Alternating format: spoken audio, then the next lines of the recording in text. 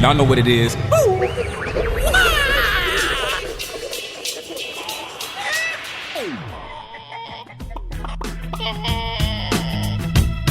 everybody, welcome back to Eggs. Today's special guest is You Got It, me and Mike. What's up, Mikey?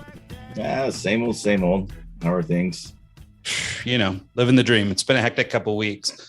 So 2 weeks ago, I think, and we may have done a show since then, but I did a quick spring break trip down to Tucson with the kids and spent a little bit of time in Phoenix. And I know you're a Phoenix guy.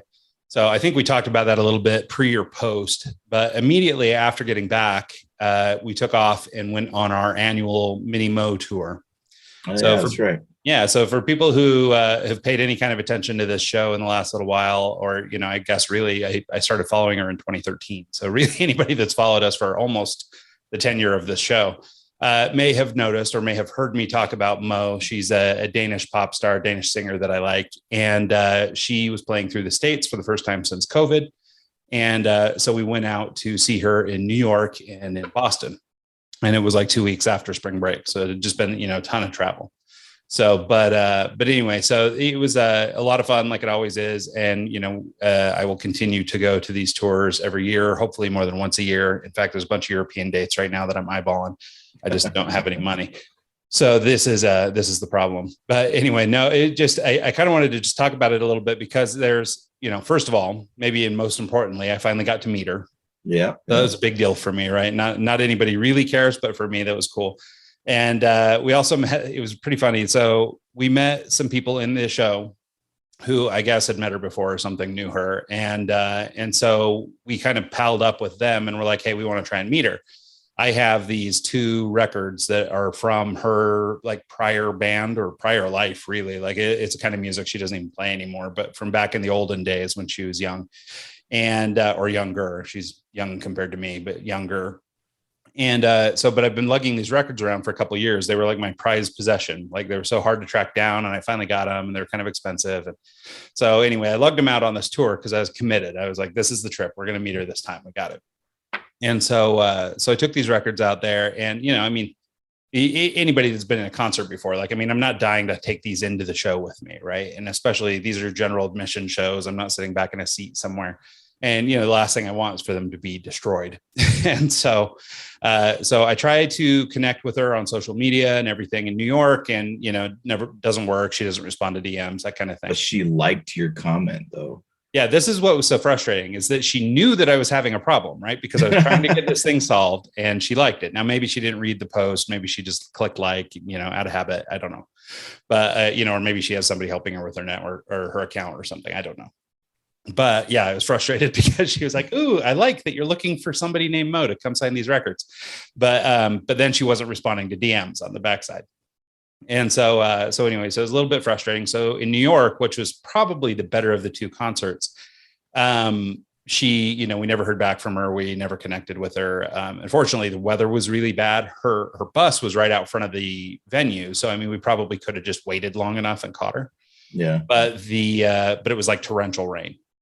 And so, you know, so I didn't want to ruin the records or anything. So we gave up hope and went back to the hotel. So then the next night in Boston, you know, this is where we met these couple kids in the stands in the crowd and sort of buddied up with them. And we all decided after the show, we'd, you know, get together and we'd go hang out by the bus, which we had spotted sort of back in the alley behind the venue.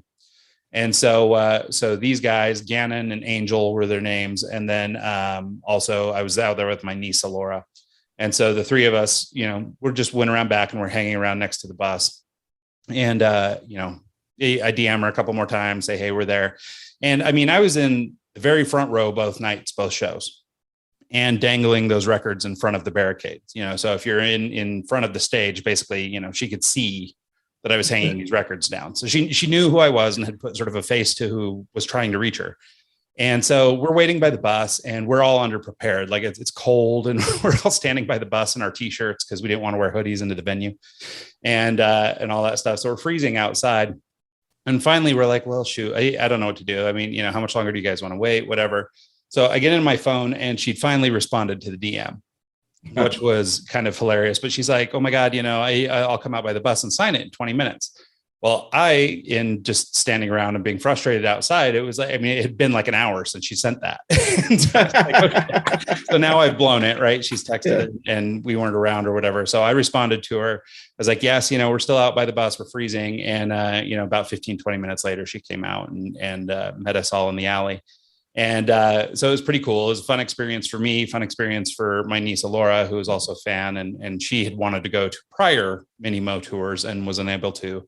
So this was her first, and she was very excited to get to meet the singer and all that. So anyway, so it was pretty fun. So we did that, and I'm going to mess this story up a little bit because I'm so bad with names and everything. But while we were in the alley, we met a couple guys from Canada, these French Canadian dudes, and I want to say it's Thomas and Jerome. And so, but Jerome is apparently like a folk musician from Quebec. Okay. And he's apparently very popular. He's got like 2.5 million downloads on Spotify, and he's got a couple of songs. He's pretty fun. So I might put a link to him in the comments of the show so people can go check him out. But anyway, he's a big Mo fan too. So we hung out and listened to him in English, which is probably his second or third language, cracking, trying to make puns in English. And so he speaks French. Yeah, French. I guess from French Quebec, probably. Yeah, it's from Quebec. And so, but really thick French accent, and spoke, French primarily. And so anyway, so we were talking in English, but it was entertaining at least. And so anyway, we had a great time with those dudes and with the other guys that we'd met out there. Got our record signed, got some pictures. So that was all a dub. And the Boston show was kind of a weird one because, for people who don't know her music, so she's most famous here in the States for a song called Lean On, which is actually a Major Lazer song, but she's the singer in it. And so that's probably the song she's most known for here in the States. And she, obviously writes her own music and performs a lot of her own music and stuff, but it's, it's like pop, electric pop, kind of indie pop kind of stuff.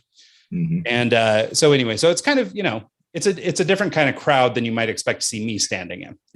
And so, typically speaking, although I will say there was a much broader range of older people at this show than I had expected in the past. But there was like this crew of like full on Boston, wicked Boston frat boys hanging out in the crowd with like Goodwill Hunting status. Exactly. So probably, there with girlfriends or whatever. And God, they were just so drunk and belligerent and going full Boston on everybody. And, I don't know how else to put it, but like Mo's music draws a very diverse crowd, sort of, in respect to gender and age and all kinds of stuff, right? Like she draws a lot of LGBT type people and all this stuff. So it's, not a crowd of burly fighters, you know what I mean? And so these frat boys are totally out of place and totally just, shit faced. And they are just like bumping into everybody and pushing everybody around. Right. And so we're surrounded by all these like poor people who are just like trying to enjoy their show, but we've got these frat kids going nuts. And, so it kind of took away from the experience. In fact, it was bad enough at one point, she actually stopped the concert and was like addressing them. Like, what are we doing? Like, and eventually they threw a couple of them out and, cleaned up the scene a little bit. So the back half of the show was good, but I will say the New York show was absolutely fire. So it was really amazing. We had a great time. The opening act was a band called Teza Talks or Teza Talks. I think it's Teza. Yeah. And she's from Seattle, so you might know them or have, come across them at some point. But they were really good too. They're, maybe a little bit more political music than I'm looking for, but they really talented. The woman that sings, Teza, she's got just like wild pipes. Like she's, so good. And so anyway, so she was really good. And I had an opportunity to hang out with the guitar player after the show. And actually I met the whole band, but, spent some time talking to him. Also for older listeners of the show, they know Mike and I have had some time in the music business. And, so we have thoughts on things, right? As it pertains to production and things like this, right? So we go around and we tell people what we know, what we think. And, but these guys are younger, this was their first tour.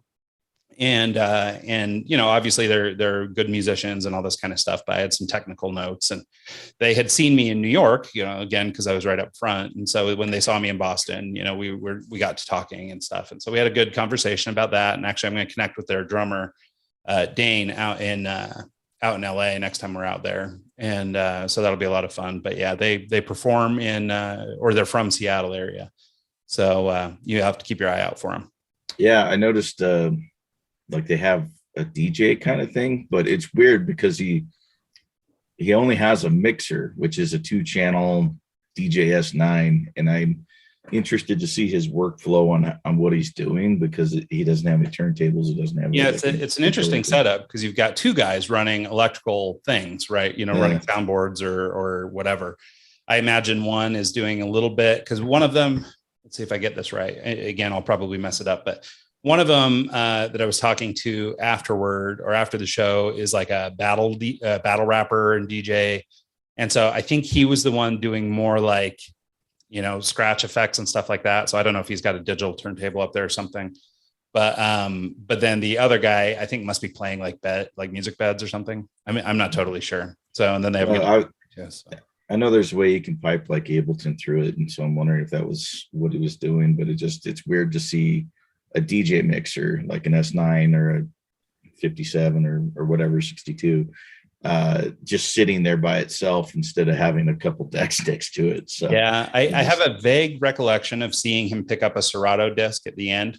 And so I think there must be a table up there too, but I'll have to go back and look at the pictures. But I think he may have been doing a little bit of cutting and stuff like that. And then the other guy was playing the music. So I'm not entirely sure how their setup works, but it was interesting. So, but anyway, they were a lot of fun too and cool people and wish them the best of luck, of course. And then the show that we saw in Boston was the last show that we made it to, but they played DC the following night. And then that was it for the US tour. So, nice. But earlier in the tour, they had played with Imagine Dragons on 4 or 5 cities and, and then also solo shows in between out in California and stuff like that. So anyway, nice. It was a cool tour for them and it sounded like they had a good time and everything. And so anyway, that's pretty much the Mo tour recap. So did you drive around or did you fly from Boston to New York? Yeah, no, we flew into New York and apparently, so part of my being able to take my niece out on this trip was that I could do buy one, get one ticket because I had a comp ticket. And, but apparently when you do that, you can't do, I can't remember what she calls those or what they called those kinds of flights where you break them up and you leave and come from different destinations. So like the grand plan was to fly into New York and come home from DC and actually go to all 3 of those shows.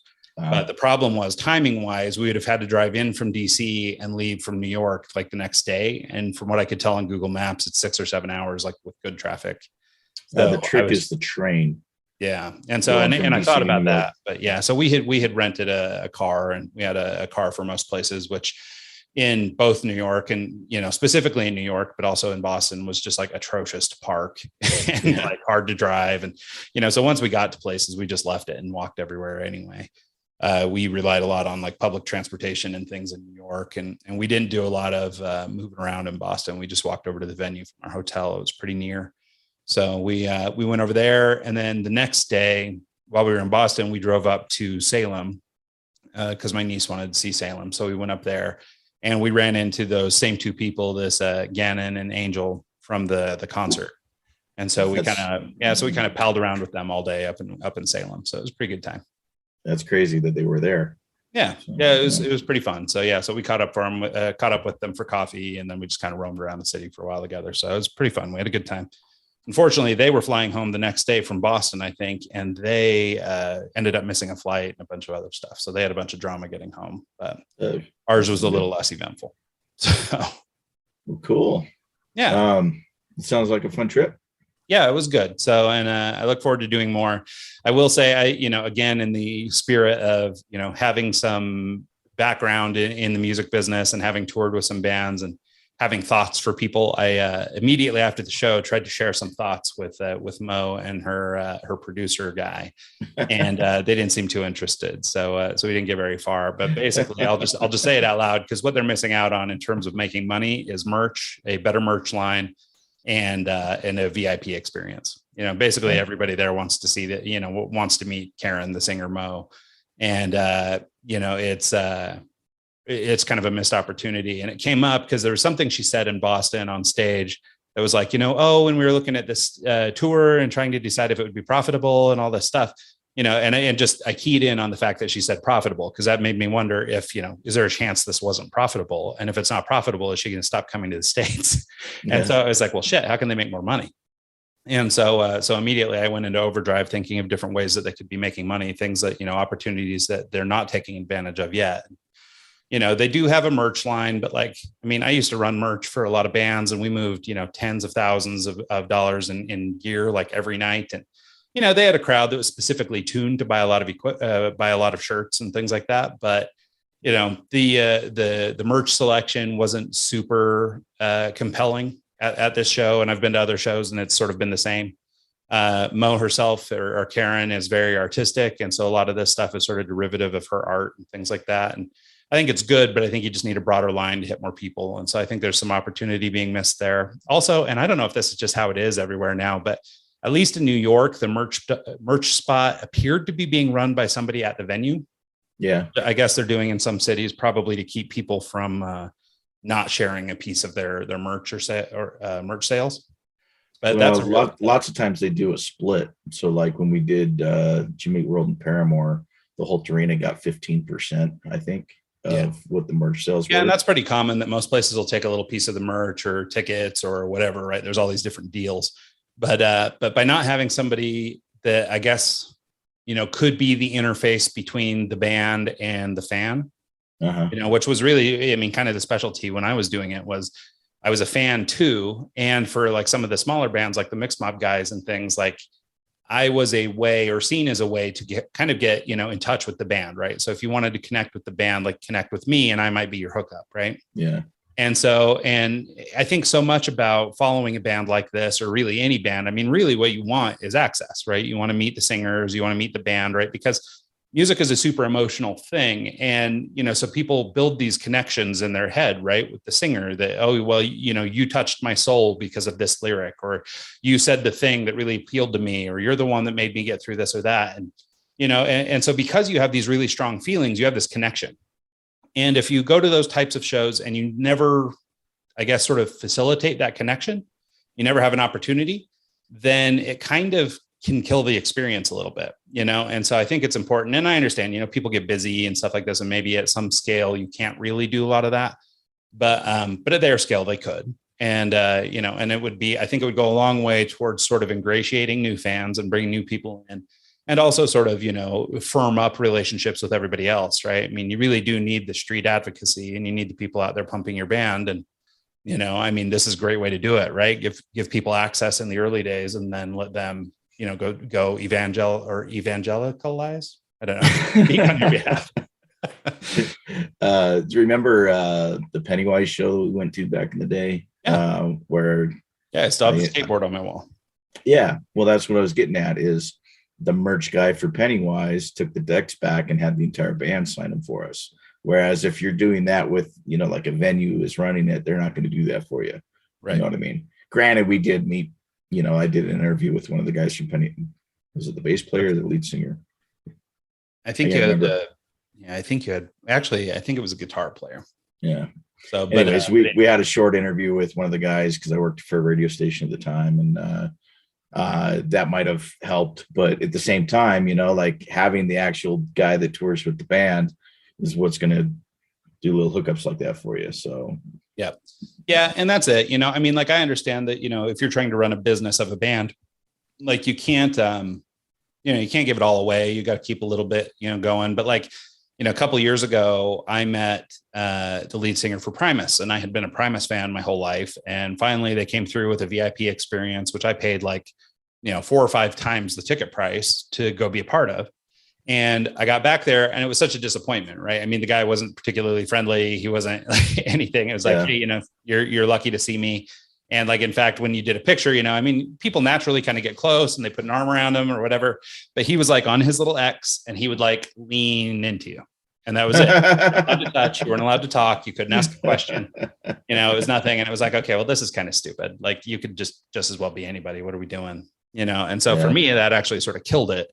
But if it had been the coolest experience ever, and he had been amazing and had lived up to the hype, like, I mean, I'd still be singing the praises of Primus. Instead, my story is, oh, well, I finally got an opportunity to meet this guy who I named dogs after.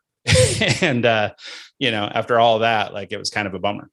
Yeah. Well, so like, okay. So as someone who has been on the other side, like dealing with drunk people and assholes and like, I'm not saying I'm Primus famous level status, but I've had to deal with that type of interaction. You can't take, like, he's doing that so many times. So like every show, he's got the same routine, the same, I got to meet 30 people, I got to do this. I think if it was more of a like, hey, my sister-in-law or whatever, let's kick it at, like if there's that kind of connection, there's something there. But like if he's going through 100 people every night before the show or after the show, the last thing on his mind is, Yeah, but I think there's a little bit of responsibility just in that if you're going to charge somebody $500 to shake your hand, then you shake their hand. Yeah, like, that's the deal, and whether you like it, whether you're tired, whether you're famous, whether you're whatever, at the point that people are putting out money to hang out with you. And a big part of this, and actually we kind of got screwed over because we're in Utah, but a big part of it was promoting Les Claypool's vineyard. And so in all the other cities, everybody got to taste the wine, and he would talk about the wine and all that stuff. Well, in Utah, they couldn't. And so he has, I guess, also like a soda product, so he gave everybody soda instead, but you didn't get to talk about the wine or any of that stuff. They didn't discount it or anything, but ultimately it was still a sales pitch. And, so you did the sales pitch, and then the experience in meeting him was pretty whack. And so it was like, so if the point is that it's a VIP thing, right, and it's open to so many people, then, then I feel like you got to take care of people. To your point though, I mean, obviously, meeting all the drunk people after the show or whatever is probably suboptimal. But in the case of, especially like with Primus, I mean, their fans are in their 50s and 60s and stuff like that. I mean, older than me, most of them. And, I mean, these aren't a bunch of drunk asshole teenagers and stuff. These are executives and business owners, I guess what I'm getting at is like, you could think that you're being, great and you're like nice and friendly and all that. And people can take it as a slight, and you don't even notice it as a artist or performer sometimes. And so, I mean, it's like,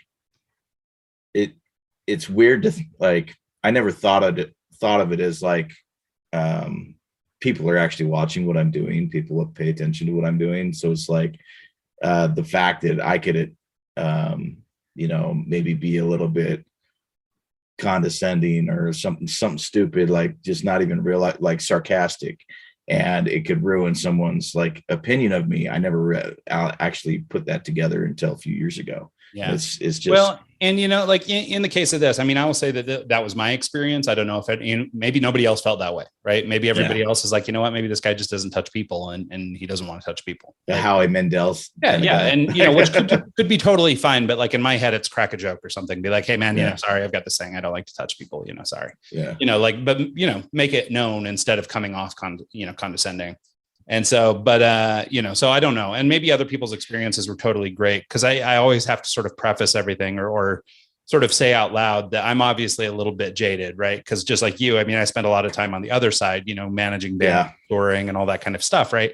And so in my head, and I don't know if you feel this way sometimes, but I feel like kind of shitty that I have to buy a ticket and I have to wait in line and I have to stand out front with all the, people. And, like, I'm like, for 15 years or however long I've been doing it, it was like, my God, I used to I'd hang out, I had access, I could do my thing, it was like, I'm free to do whatever I want. And then when I had to start paying money to go to concerts again, it was like, oh, well, this kind of sucks. I don't know if I like this. I hate it when I go into a venue and security doesn't know me or doesn't like, because I'm used to just walking through and doing my thing, and I have to be a normal person. What the hell? So I will say, in Les Claypool's defense, or anybody else who has had what they think is a bad experience, or maybe their experience was better than I'm describing it. For me, a big part of it was probably that too. It's like, okay, well, but I'm that guy. I'm the guy that gets to go backstage, and I'm the guy that just, gives you a high five and it's cool and we move on. It's like, instead I'm actually one of these, sheep that, could actually afford to go on this VIP experience and all that, so it's kind of probably as much in my head as anything. So I give him the benefit of the doubt at least. But I will say too, like, so I took my oldest son to see his favorite group, which is this like collective of bands called Spider Gang. And they did a VIP experience, and basically, I mean, it was pretty poorly organized. Like, it could be fixed and it could be a much better experience. But for Ethan, like, I mean, I'm busy picking out all these things. I'm like, well, they should have had somebody here. They should have had a concierge moving people through. They should, all these things. But Ethan is like, oh my God, it was the coolest thing I've ever seen on in the planet. You know, I got to meet all these artists and everybody shook my hand and everybody was cool and everyone was so nice and all that stuff. And so, and now he's like, I mean, he's like Mr. Spider Gang, right? Like, I mean, he's buying everything they release. He's listening to every track they drop, you know, and I mean, he's full blast, right? But I think that VIP experience for him was that, right? I mean, he got in with those bands. They said his name out loud. They signed his poster. They did all that stuff. And like, he's going to be a lifer now, you know, like he's full blast. I mean, it's the same that I was probably when I first started with Cottonmouth Kings and stuff like that. Like, you know, the first time I met them, it's like, okay, cool. Now it's game on, baby. And, you know, for 10 years it was, you know, and I mean, I even saw them a couple of years ago or whatever. So, I mean, you know, we still run into those guys and, you know, the band members from other bands on that record label that I spent time with and got to know have become lifelong friends. You know, so, but it all began with a little bit of access. So that was sort of my point to the Mo crew was that, you know, a little bit of VIP access, you know, just a paid experience where 30 people get to come in and just, you know, she could say hi and sign their thing and move them on. You know, like, I mean, it doesn't have to be much more than just being pleasant to people.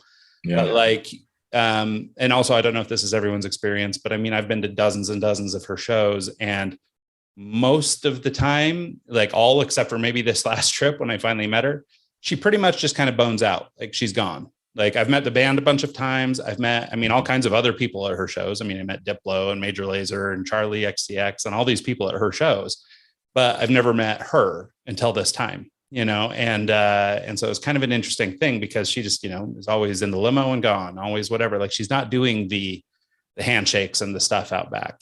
You know, she's just not doing that kind of thing. And, you know, I don't know if that's personality or schedule or whatever. I mean, you know, she's well within her rights to not do it. But it just seems like to me anyway, at least from a grassroots level, if you're trying to build a reputation in a foreign country, you know, that's something you could do that's relatively little skin off your nose. It doubles or triples your ticket prices. And, you know, so you can, you know, if the name of the game is profitability, then this is a way to make some money without, you know, too much extra work. Yeah. I don't know. I have mixed feelings on it because last thing I want to do is go and do all that. So I relate with her, but at the same time, I get it. You're antisocial, Mike. I am. I really am. Well, the problem too, I think for you, and I mean, obviously you can elaborate, but I mean, I think a big part of it for you is that, you know, a lot of your, you know, performing experiences in bars and everybody is drunk and shitty and wants something from you and, you know, the whole thing. Right. And I'm sure I have no doubt that if, you know, if Mo was hanging around out back behind every building, you know, there would be a handful of those kind of people. Right. So maybe that's part of it is I don't want to do that every time because I had a bad experience because some idiot came up to me and wanted something. Well, I don't know. I mean, working in bars sucks, but at the same time, it's like, for me, I just don't like groups of people. And I think if I was like dealing with, you know, like a bunch of people passing through line, I'm signing something, I'm saying hello or whatever. It's more like platitudes and just like, sure, I'll do it. And I'd be fine with that as part of the gig. But like hanging out in a group of people that I don't know that are, it's just very awkward. It's like if I was, like the other day I did this, I provided audio for kind of like a metal band here in Pocatello. And afterwards I just packed up the speakers, loaded it in my car and left. Everyone was hanging out with the band by the trailer and talking and all that stuff. That's just not my style. I just feel awkward. It's like, we're not on that level. You know, it's like, I'm not on that level with a lot of people. I mean, I'm barely on that level with you. You know what I mean? So I get it. Well, and I'm sure, you know, I mean, it's different strokes for everybody, right? So, I mean, this is obviously my 2 cents. And even, you know, like I told her producer guy, I was like, you know, this is unsolicited advice and it's totally without the context of your lives, right? Like, I mean, I don't know anything about what you think or what you want or how you feel. Like, I don't know any of that, right? I'm just saying, hey, you want to make a few more bucks, you know, here's a way you can do it.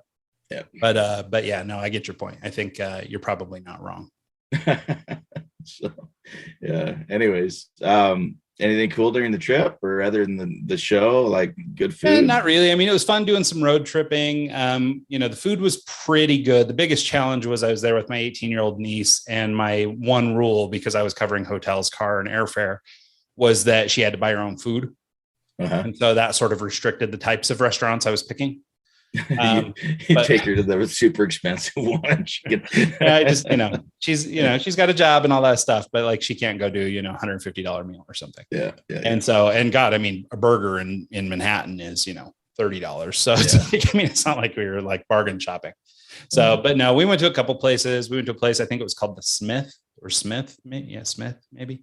It's there in Manhattan. It was really good. I don't know exactly what was going on with my niece. She had spaghetti every night. So she had their spaghetti and it was very good. I had a burger there that was awesome. And, that was a fun experience. And, it's Manhattan on a weekend at night, it's busy. There's people everywhere. It's pretty cool. I will say the only kind of negative experience, and it wasn't like anything happened, but our last night there, after we'd come back from Boston, we were staying at a hotel near Times Square. And so the last thing on Alora's list of things to do was eat at a real live New York food truck. Right. I don't know where she gets this list, but that's what she wanted to do. So we go out and, they're all over down there. And so especially near Times Square. So we went down there and, we found a place to eat and all that. And while we were walking, we're just walking through Times Square. And like, I couldn't believe just the amounts, like just copious amounts of trash everywhere. I mean, it looked like somebody had like, I don't know, opened up the back end of a dump truck and then just like cruised through the neighborhood. It was like, I mean, it was just everywhere. And it was funny. The only part of New York I saw that, but it was pretty bad. Last time I was in New York was I've only been there once, and then I was like 14. So this was pre 9/11.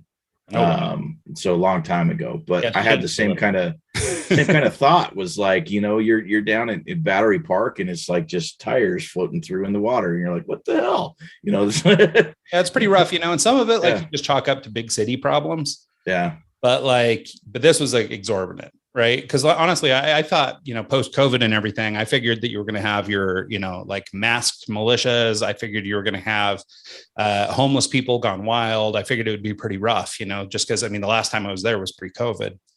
And I didn't notice the homeless being particularly bad. And, we were kind of staying in the heart of Manhattan at the Ace Hotel. And we, walked several blocks around Broadway and all that kind of stuff to just, find food and that kind of thing. And I didn't notice it being particularly bad. I'm sure like any area, you've got good and bad spots and stuff, but I didn't see anything that made me go, wow, New York is really in the dumper.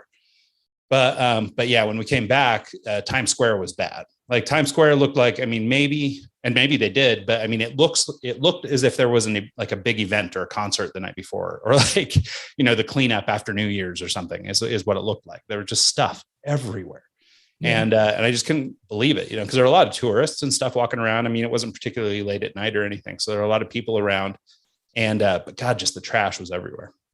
So I don't know if they're not maintaining that area, or maybe they did have an event and just hadn't cleaned it up, or I don't know, but it was a disaster. Yeah. It's always kind of a shame when you go to, like LA or Portland or, some places like that. And it's obvious that they're lacking and stuff like that. It's kind of well, and I haven't been back to LA in maybe a year or something like that. And, and I mean, it was bad then, like I can only imagine now. So hopefully they're starting to, scrape things up a little bit and put stuff back together. But yeah, I don't know. So that's why you go to Alaska instead of New York. That's true. Well, I imagine they have marginally fewer homeless people on the streets in Alaska. You just have to deal with the random moose or some moose begging for food. Yeah. So anyway, well, that ended up taking a lot longer than I thought it might. So we probably have time to talk about one other topic, and I think it'd be fun to get kind of a little update on you and talk a little bit about your job hunt, how things are going. Oh, it's going. I have a potential internship, which is pretty cool. I've been working with a company in Nashville, Vice Software. Just kind of, they're looking for someone to do more of a DevOps role. And for those of you that don't know what DevOps is, it's more of so you've got the guys that, write the software to begin with, like the React app and the API and all that fun stuff. But then there's the DevOps crew kind of does the deployment.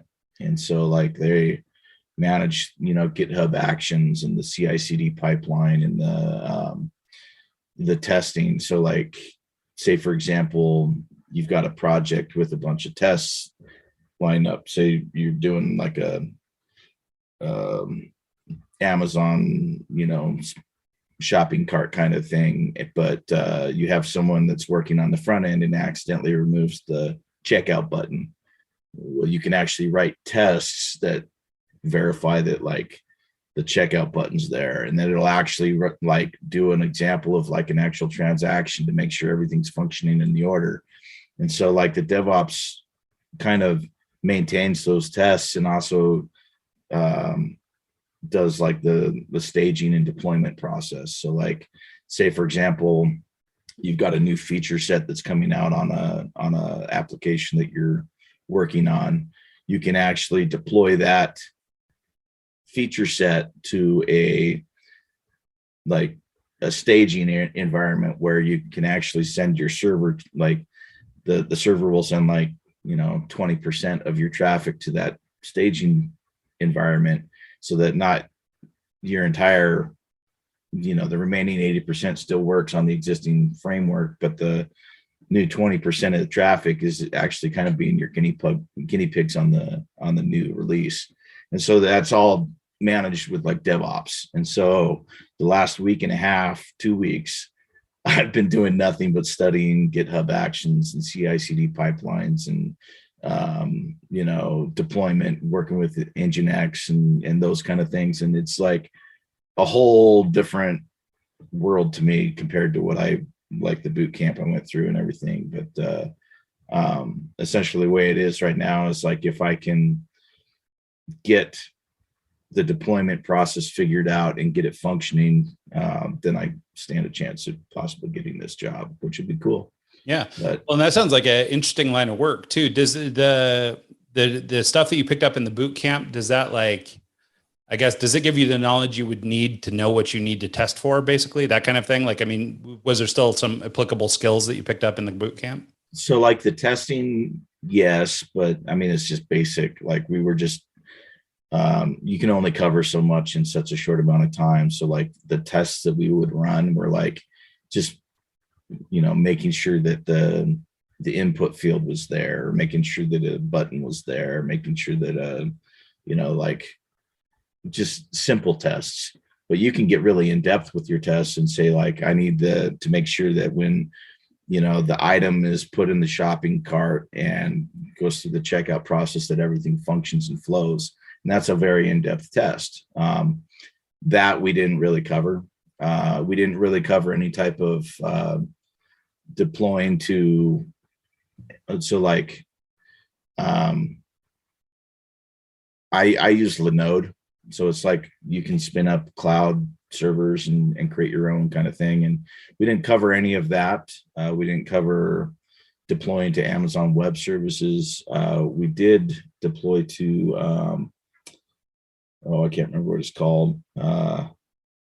There's like a very easy deployment process that is based off of Amazon Web Server, but it's real straightforward. But if say, for example, I wrote an app and I deployed to that, I'm paying a lot of money just to have them maintain the server and maintain everything. Whereas if you kind of go through the back end and set up your own Nginx server and set up your own cloud and Linode, it's a lot cheaper.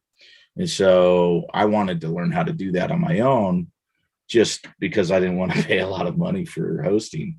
And so the last project that we did in the boot camp, I ended up deploying to a Linode server just to get the experience. And I'm glad that I did that, because when I was kind of like meeting with this guy for this job, I was able to show him, like, hey, this is how you SSH into the server. This is, what I did for that and this and that, and could show him that I had experience with that. And it kind of, he's like, yeah, well, his exact, what he said was, he's like, you seem like you have the kind of drive that you'll just sit there and figure it out. You'll like, no matter what, you'll just sit there and figure it out. And we like people like that. So well, that's the thing, right? I mean, I think with a boot camp like what you did, I mean, certainly you can't learn everything, right? I mean, there's so much to learn, and it changes month to month and week to week. And so, I mean, certainly couldn't learn it all. I think it's, you pick up a good foundation, but I guess the assumption is that you'll learn most of that kind of stuff or, specific things on the job, right? Well, so like, yes and no. DevOps, yeah, like if you kind of get an entry position in there, you're going to learn most of that on the job. But they expect that basic JavaScript. They expect that you're going to know how to use React and SQL and all these different. It seems like you would have to just to be able to write tests or to even understand how to test or for whatever. Yeah, and so like, I don't know. It's kind of. I think that there's a case to be said for specializing. Like I kind of, if DevOps wasn't on the table right now, I would be focusing on Python and Django, just because I like the language. I like Python, and Django seems like it's a really cool framework that's similar to React, but has, in my opinion, I like it better. And so just because of that, I would focus on that. But I don't know. I'm still very new to everything, and so everything I just said could be complete bullshit. But from the research that I've done in the last week and a half, the DevOps guys, it seems like a really cool, like, because it's like you're the gatekeeper. You're the guy that's like, you got to pass all the tests, you got to be able to do this, and if it's going to get deployed. So instead of just there just seems is a kind of a cool job title and a role. And then also it's something that if you get hired and you become a DevOps guy, your pay is actually 25% higher than a normal full stack developer. Oh, wow. So it's because you have to have, you have to have the front end and the knowledge to be able to write the tests and to be able to interact with the app. And then you also have to know the back end, which is more of like you got to know security, you got to know like pen testing and stuff like that. So it's a kind of like a hybrid between a developer and a security expert. And I'm kind of into both. And so I think it'd be kind of cool to actually do that role. So. Yeah, it sounds cool. Have you just in shopping around for work and anything, like, I mean, have you been putting out applications, or do you have any sense for what the market's like for other developers that might be looking for work? I know that 3 of the guys from my group have already gotten jobs. So that's cool.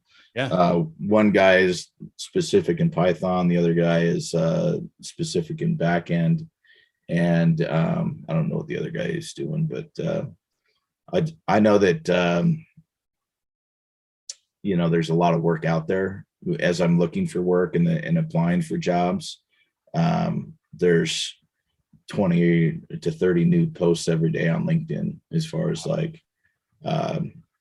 entry level. Like I have filters set up on my LinkedIn for alerts for entry level developer jobs in Alaska and or remote, one of the two. So I'm thinking.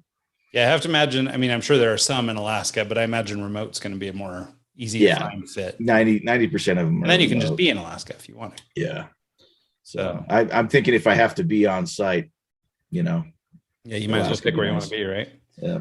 Yeah, no, well, that's cool. Well, and I imagine, now with this recent sort of Twitter acquisition, I mean, not that anybody will actually do what they're saying, we're having one of those, if so-and-so becomes president, I'm moving to Canada moments where all the engineers are saying, hey, if Elon takes over, then I'm leaving. So there may be some vacancy at Twitter if you're looking for a job opportunity.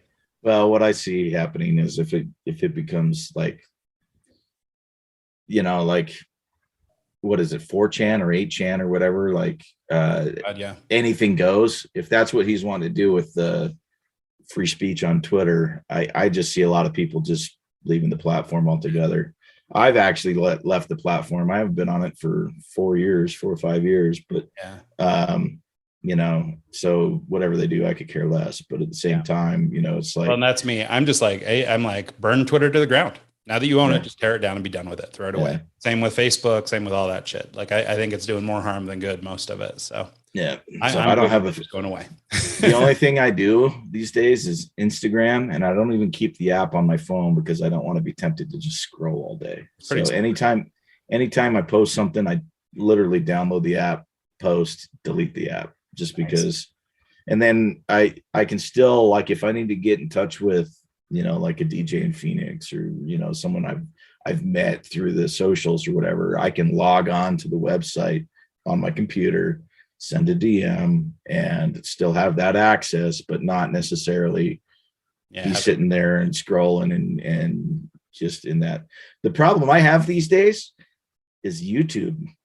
YouTube is kicking my ass, man. Like, it's like, because I use it a lot. Like I for studying for like this DevOps role and learning how to do GitHub Actions and learning how to do all this stuff, I'll go through tutorials and I'll work along with it, but I'll see this like post about, here's how you make a Damascus knife. And I'll sit there for 8 minutes watching a video on how to make a Damascus knife for no reason and just waste, it's like, I wish. So couple gripes with YouTube. Why in the hell do I have to hit a button every time I've watched a video saying I don't want to see the damn video again? Like, their algorithm or whatever is set up to it just shows the same 100 videos over and over again. And you would think with something like YouTube, where they're literally, millions of minutes of content put up every day, why am I being fed the same bullshit over and over and over again? And it's a 2-step process. So like, if you don't want to see the same video again, you have to hit not interested or whatever. And then you have to say why, because I've seen the video. And it's like, you should have a switch in your settings. Don't show me shit I've already seen. And that would solve a bunch of stuff. Well, especially if you're trying to learn, right? Because there is a lot of like riffraff out there. I mean, I use YouTube a lot in the same way, which is to try and, figure out how to do something, especially like I've been learning Premiere a little bit lately. And so it's like, how do I make X, Y, and Z happen in Adobe Premiere, right?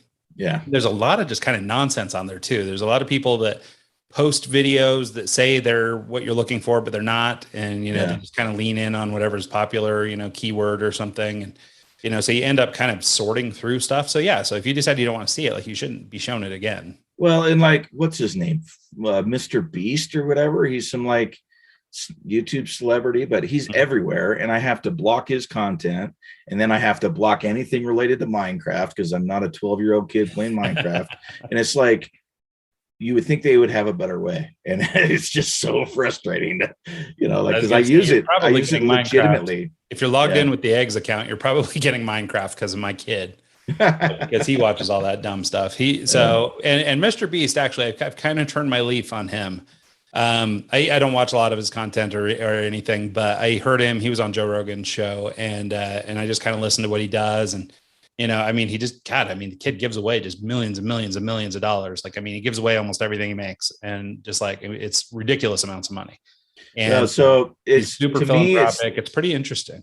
That, great. Yeah. He's, it's awesome that he's donating all his money and all that stuff. And he's got gobs of money to donate, but the shock and awe value of creating content, he's literally like, I'm going to give this kid $1 million on the street because I want the clicks on my YouTube video. And that to me is bullshit. Like, and that's been his whole thing, right? I don't know all this stuff very well, but I know, like, I saw one that was like, I'm spending $1 million on fireworks. Right. And so then he did this big, fireworks thing. And it was like $1 million worth of fireworks, or $1 million firework or something. Yeah. And so that was the hype, right? That drove it in. And that $1 million that he spent made him 10 million. Yeah. Right. And so in clicks and ad revenue and stuff like that. And so it's an interesting model, because, I've seen other guys that do this with supercars, which I think is probably a smarter model, or one that I'm interested in. Well, you look at like, they buy a, $250,000 Lamborghini, and then they do a bunch of content with it. Then people watch it, then they make more money, then they buy the next car. Yeah. And, that kind of thing. And so they're just basically using, big money to draw a crowd, and then that draws more money. So then they can, kind of become fulfilling. Well, and that to me, you want to create content, create something that's useful, like do something like what we're doing, like trying to help people, other than like today, we're just griping about shit. But like, that's good sometimes too, though. You know what I mean? Like, it just, that type of show, that type of like, we're going to go and do shock and awe stuff just to try and create content the kids are going to watch, or the Minecraft or this or that. Like, I don't need any of that in my life. I'm literally just using it to try and learn stuff.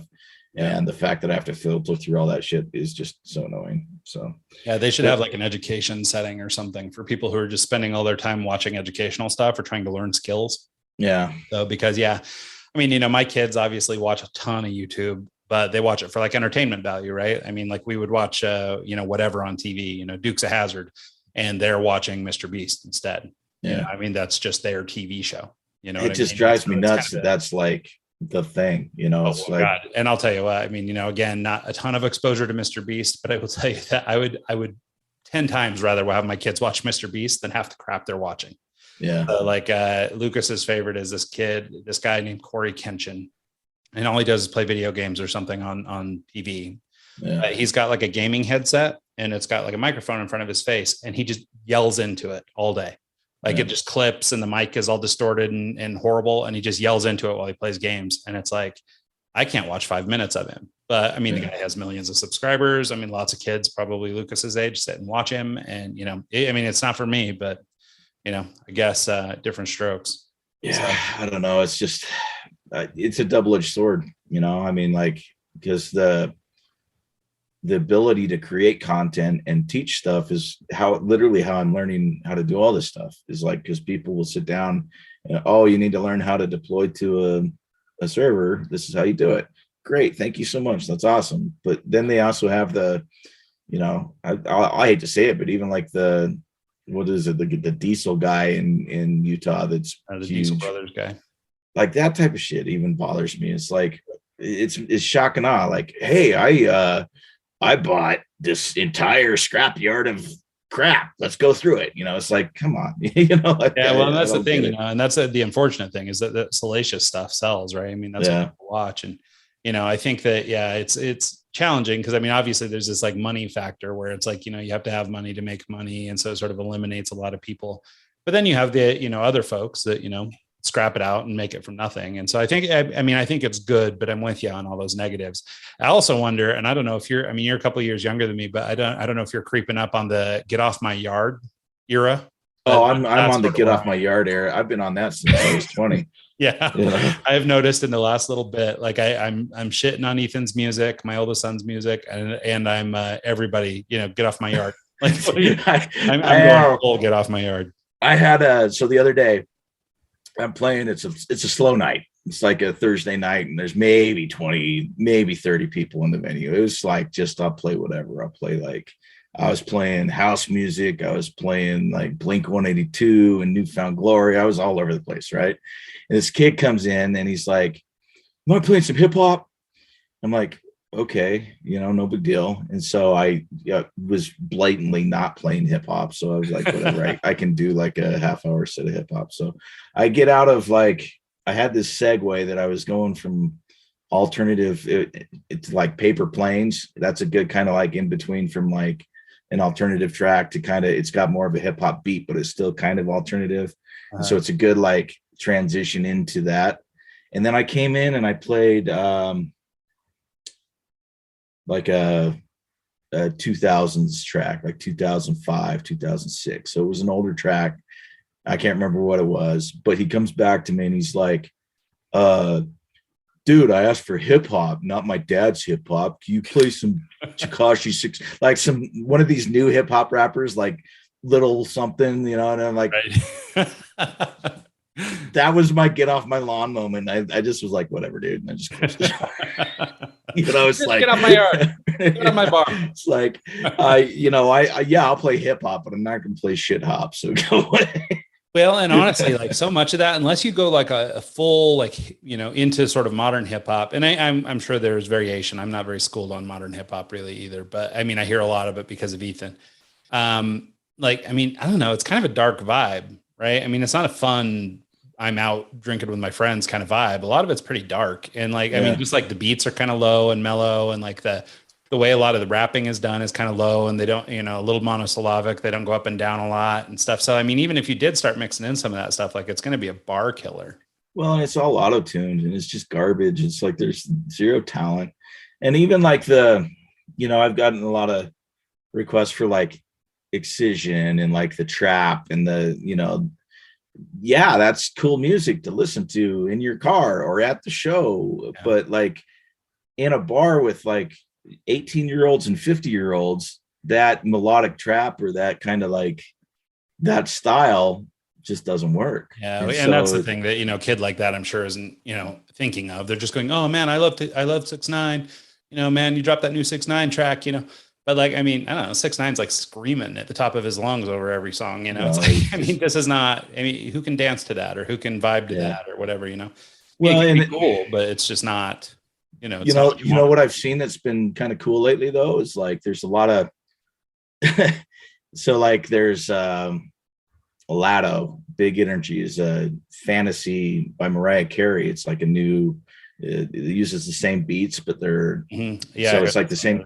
There's that one. There's a new Return of the Mac one. There's like they're like recycling all the old beats from like, we were. And so it's kind of cool to be able to like, there's a new, Vibrant Thing by Q-Tip. Yeah. There's a new song called Poke It Out that uses the same beat. So I'll come out of Vibrant Thing into Poke It Out or vice versa and like expose the newer generation to the old song and then come into the new song. So they kind of like get both. And so that's kind of cool. But, a lot of the new is just the 6ix9ines or the Littles or it's not my style. And so I am definitely. Well, and that can be okay too, right? I mean, it doesn't have to be your style. Like, you know what I mean? Yeah.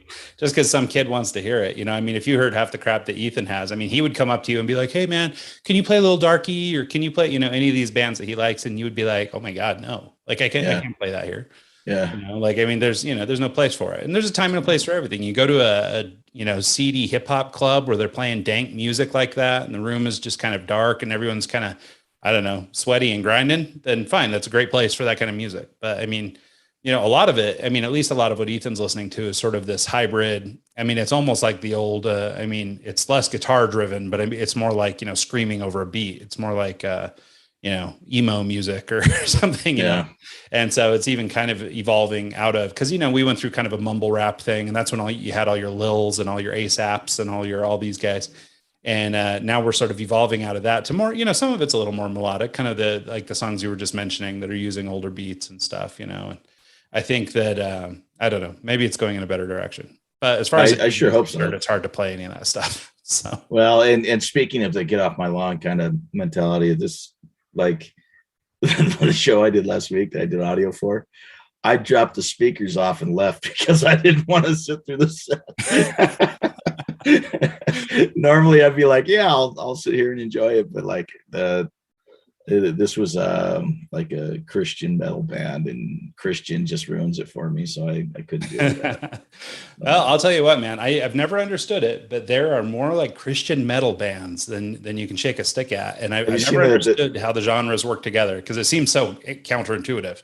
Have you seen the South Park episode where Cartman starts a Christian like band just to get to platinum or like sell 1 million albums or whatever? Yeah, I think it was like when Creed was hot or something. Yeah. I think it's but I mean it's true, but there's a ton of that stuff and it's pretty wild. I was trying to actually explaining it to Ethan the other day because I played you had texted me a clip or something from the show and I played it for Ethan and I was like, oh, we should have gone up to the show, because like I like some metal and all that.